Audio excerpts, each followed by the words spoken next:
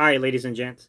I realize I've been doing these coaching breakdowns for head coaching candidates, and I've been getting a lot of questions to where I just feel like on a Sunday, this makes a lot of sense to take a break from some of the coaching candidate videos to explain if I were the owner or the GM and I was tasked to resolve this situation, how would I personally go about resolving this situation?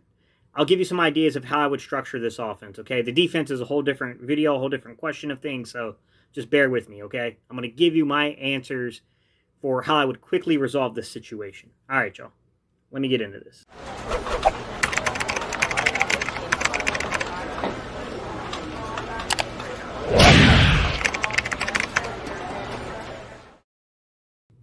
What's up, Eagles Nation? What's going on in the NFL world? How you doing, division rivals? This is Steven Hyder with Gate City Sports Channel, the sports channel where the cerebral NFL fan comes for about 10 minutes of daily content. Good morning, good afternoon, or good evening, whenever it is you get around to watching this. Once again, guys, my name is Steven Hyder, and this is Gate City Sports Channel. Today's topic, guys, number one. Yes, I'm not wearing a hat. I know I'm going to get those, Steve, you kind of look like Tony Stewart comments. I get it, guys. I don't know what you want me to do about it. I look the way I look, guys. But number two, on to the business of what would be some of the ways in which I would try to resolve this situation if I were ever given an opportunity in its current state. Look, I think there are a couple of really easy ways of doing this, and I don't know what the value is of this particular job around the league, but none of that matters. It wasn't valued that highly in 2016 either, and a lot of coaches made a lot of big mistakes by taking jobs at really bad places, the Jets. Just be real. I mean, this is a much better opportunity than it's being made out to be for other people. Yeah, we're a little up against the wall for a 1-year period here, guys, but there's going to be a lot of coaches that make a lot of mistakes here if that's what they're making their decision off, which I don't think it is. I think some guys realize that the Eagles have a candidate in mind, and I think that's playing more to it than the desirability of the actual gig. So, I have quite a few scenarios in mind for how I would resolve this, okay? A lot of them are simple. They're easy ways of resolving it, guys. I've got different ideas for, head coach, offensive coordinator, quarterback coach, and offensive line coach if it comes to that, guys. I'll go into the tight end, running back, and wide receiver coach kind of thing, too, with you guys today. So just stick around. I'll get to all these. You guys will get my take on how I would resolve it. And if you're unfamiliar with who I am, guys, if this is the first time you're tuning in, or maybe only the second video or so you caught of me, I'll link some videos at the end of this to kind of goes over a little bit more of the film work and stuff that I do when it comes to the head coaches, so that way you can see the way I judge schemes and stuff like that, because I'm not going to be scheme heavy and film heavy in this video. This is more just who I would plug and play kind of stuff here, guys. All right, let me get to this.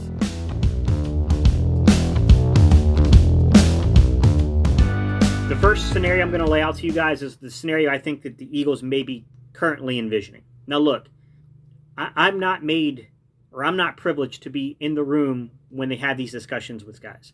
I'm not on the Zoom call, none of that stuff. So, I don't know. I can only judge the tea leaves as they fall. But what I will say is, clearly the Eagles' original target, it was Riley, guys. I mean, come on. Clearly they wanted Riley. But they always knew that was going to be a long shot, and I highly doubt that happened. So, I'm not overly invested there. Myself, personally, I think that was always going to be a long shot. And I know Riley really well because Riley coached at ECU as an offensive coordinator underneath Ruffing McNeil. I know him very well, guys. I know that scheme well. Number two. Here's the scenario I think the Eagles always knew was probably the more likely, but it's still not a guarantee. This is not a layup, but certainly the more likely scenario than some of the other stuff that, has been presented. Mike Kafka becomes your head coach, guys. He's a quarterback coach. He's a passing game coordinator. He's known as a quarterback whisperer. It's what they want. Look, I would be more heavy towards the run personally, but Jeffrey Lurie just seems to be in love with the passing game, guys. There's nothing I can do about an owner's perspective on how he views offense. I think it's wrong. I think you win your Super Bowl a certain way, and I think they should consider that, but let's call a spade here, guys. They prefer a certain type of coach here. And I don't, there's definitely some evils in this league when it comes to race and coaching, but I don't think in this particular situation that's what's happening. I just think it's a preference towards a certain type of offense, which is heavy pass. And I think a lot of the better candidates like Duce and Eric Bieniemy are run-first guys. So, laying this out, who could be the OC here? Duce Staley. Duce Staley's been here for a long time, guys. They're interviewing these guys for reasons. I think Duce Staley could easily be your OC here, okay? Who would I make my quarterback coach? In the most idealized situation, get Pep Hamilton on the phone and get Pep Hamilton to Philly. Like, what is happening here? I don't get it. If the Chargers are really going to walk away from this guy because they let go of their coaching staff, I would be on the phone with Pep Hamilton. This guy coached Andrew Luck, not just in college, but part of his pro career too. And we saw what he just did with Herbert this season. Like, get Pep Hamilton on the phone here as your quarterback coach. I would even consider him as an OC candidate, to be quite honest, guys. Like, I wouldn't rule that out. And I'm going to get into some of these scenarios later. My offensive line, I would try to make Jeff Stoutland stay here as my offensive line guy. If I could, I would try to lure that away from Alabama. That's what I would do personally. In terms of my running back coach, since I promoted Duce, the easiest way to do this, guys, would be to make your running back coach TJ Paganetti, who's the assistant now. He's been here for a while. He's pretty good at what he does. And then maybe make, your assistant running back coach Darren Sproles. He's been an interim. He worked in the front office this past year. Make him your assistant running back coach. Your tight end coach, Justin Peel's been here a long time. He's good at what he does, guys. I would keep Justin Peel. Your wide receiver coach. I know people are down on Aaron Moorhead. We don't have a coaching problem at wide receiver, guys. This is not the same Carson Walsh scenario that played out the year prior. These guys are coached better than a lot of people realize. You got to really dig into the film, guys, and you'll see what I'm saying here. That would be my idealized situation here, guys. Kafka is your head coach, at least the Eagles. I wouldn't say mine, but it's the Eagles' most idealized situation. Kafka is their head coach. Duce is their OC. Pep Hamilton is a quarterback coach. Jeff Stoutland is their offensive line coach. Their running back coach become TJ Paganetti. Their tight end coach become Justin Peel. Their wide receiver coach become Aaron Moorhead. That's what I think they would want. Then they would promote Darren Sproles up to assistant running back coach. That's what I'm saying. On to scenario number 2, though.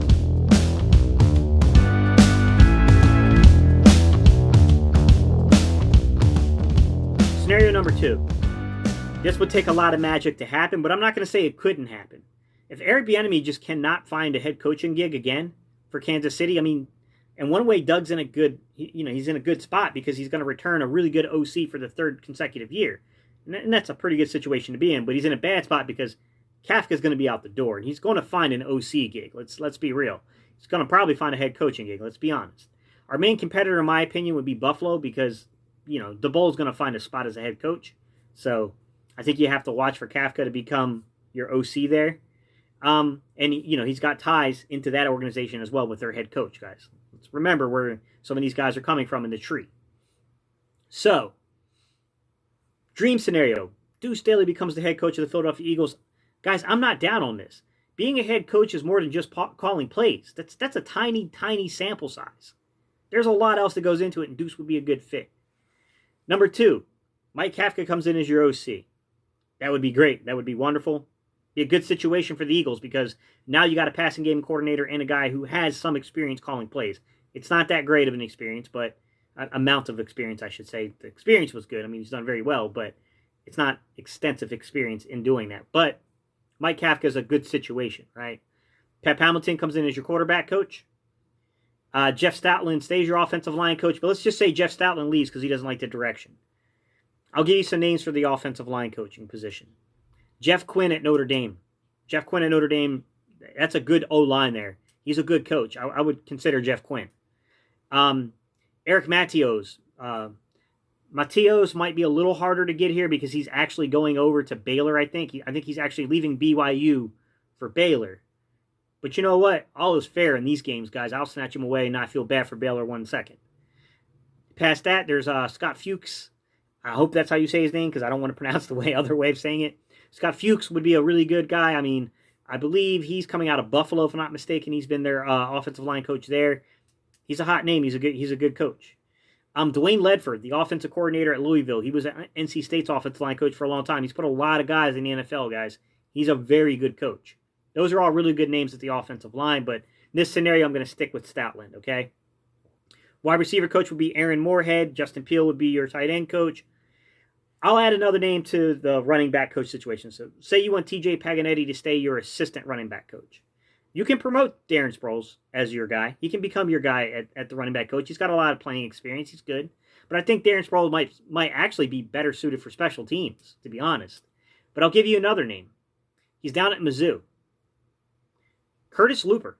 Curtis Looper coached at TCU. as a wide receiver coach, a running back coach, and as a co-offensive coordinator at one point. He knows Jalen Reagor. He's got input into this team. I wouldn't rule something out like that, guys. All right, y'all. But that was scenario 2. So Duce Staley is your head coach. Kafka is your offensive coordinator. Pep Hamilton is your quarterback coach. Jeff Stoutland, or let's just say Jeff Quinn, or one of these other guys step in. We'll say Jeff Quinn steps in as your offensive line coach, okay? Then you got Aaron Moorhead as your wide receiver coach. Justin Peele as your tight end coach. We'll say Curtis Looper as your running back coach. TJ Paganetti stays as your assistant. And then maybe you move Darren Sproles over to special teams. Right there, guys. That'd be scenario 2 for me.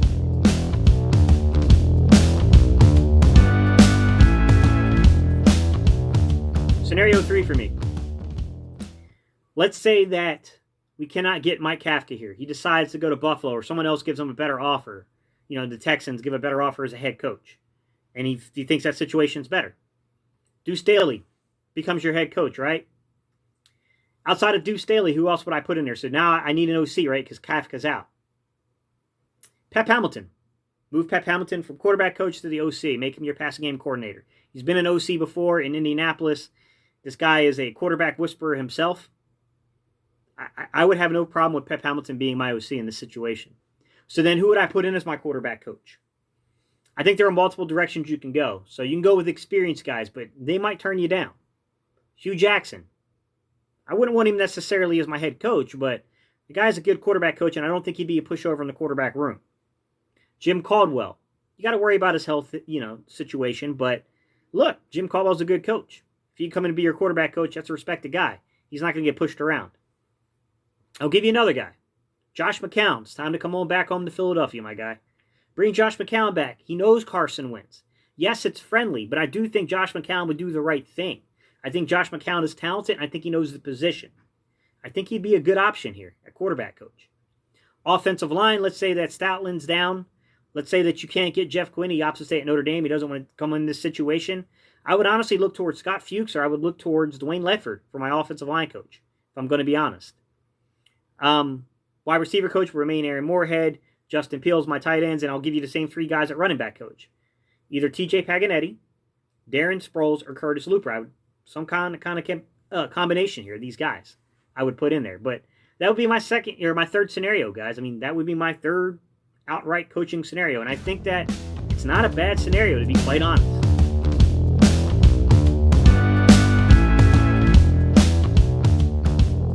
All right, the final scenario I'll paint for you guys, my fourth and final scenario, is what if Kafka's a no? What if they don't put Duce Staley in as head coach? You could go with Eric Bieniemy, but I think that would be difficult to keep Duce Staley.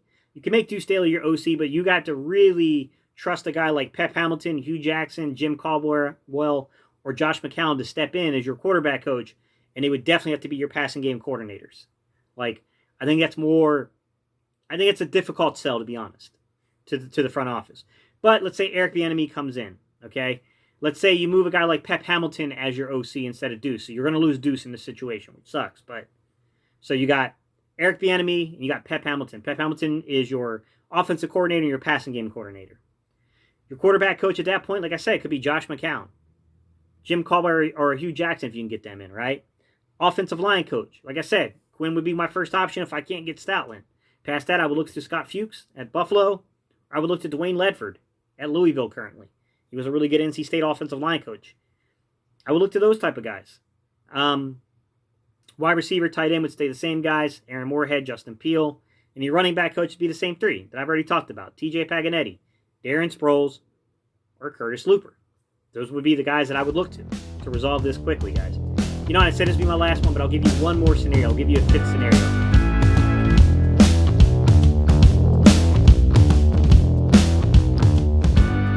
All right, ladies and gents, my 5th scenario. Because this guy's still available, this would be a difficult sell just because he's been better with mobile quarterbacks than he has been with the stationary pocket guys.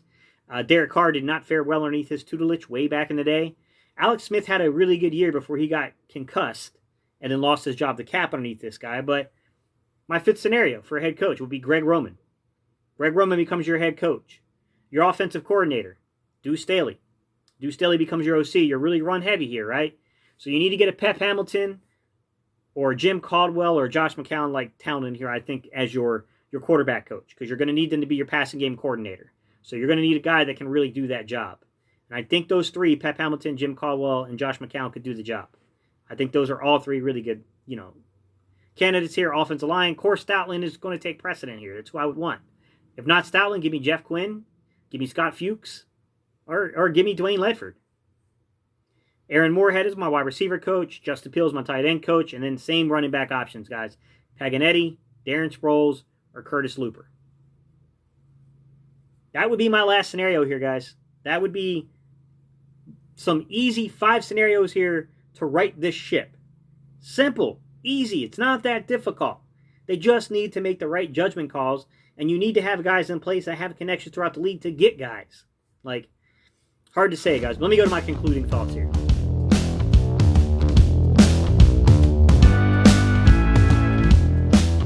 My concluding thoughts are this. I laid it out pretty easily how I see the head coaching candidates, right? Mike Kafka, then I said Duce Staley, Eric Bieniemy, and then Greg Roman.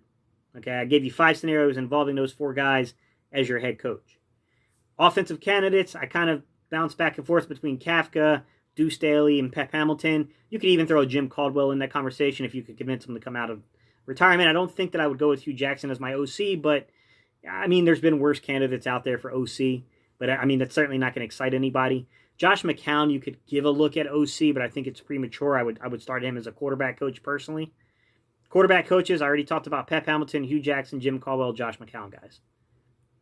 I would look to these type of guys. Offensive line, I said Stoutland. I did mention guys like Jeff Quinn. I certainly gave you guys Eric Mattios. I gave you guys Scott Fuchs. I gave you guys Dwayne Ledford. Those are the guys I would keep a short list on, right? I would keep my wide receiver and tight end coaches the same, and I would consider, giving Darren Sproles an actual job here, an actual role, and I would consider bringing a guy like Curtis Looper. Curtis Looper is currently on Mizzou staff, but he's coached at TCU. He's got familiarity with Jalen Reagor.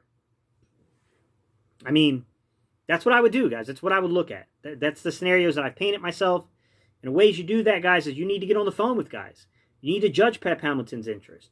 You need to judge Hugh Jackson. You need to judge Caldwell, Jim Caldwell, Josh McCown. You need to get on the phone with these guys and let them know they're not necessarily head coaching candidates in your eyes, but you might use them. You might need their services. You think they're good coaches. You would love to add them on staff, but you want to talk to a guy first about that. These are my thoughts, guys. Let me know what you think down below. If you want to support the channel, don't forget to like, comment, and subscribe. Thank you all for tuning in. Tell me what you guys think down below, guys. What are your candidates? All right, y'all. Bye. Mind you, easy candidates. These are my easy, quick fixes here.